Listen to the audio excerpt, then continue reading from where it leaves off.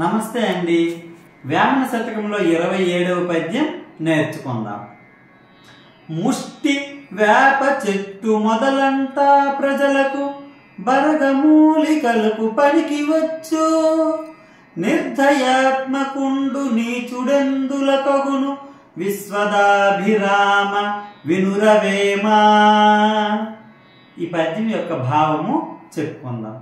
ముష్టి అంటే ముషినికి చెట్టు అంటారు. అది మనం చిన్నప్పుడు చాలా చేదుగా ఉంటుంది, దాన్ని పొల్దం చేయడానికి కూడా ఉపయోగించేవారు. ఆ ముసినికి చెట్టు, వేప చెట్టు యొక్క వేర్లు మూలికలుగా కూడాను పనికి వస్తాయి. కానీ నిర్దయాత్మకుండు మూర్ఖుడు దేనికి పనికి రాడు అని ఈ పద్యం యొక్క భావము. పద్యము మరొకసారి చెప్పుకుందాం అన్నమాట.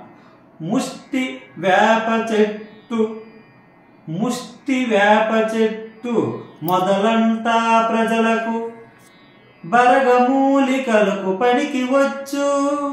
నిర్దయాత్మకుండు నీచుడెందుల కగును విశ్వదాభిరామ వినురవేమా.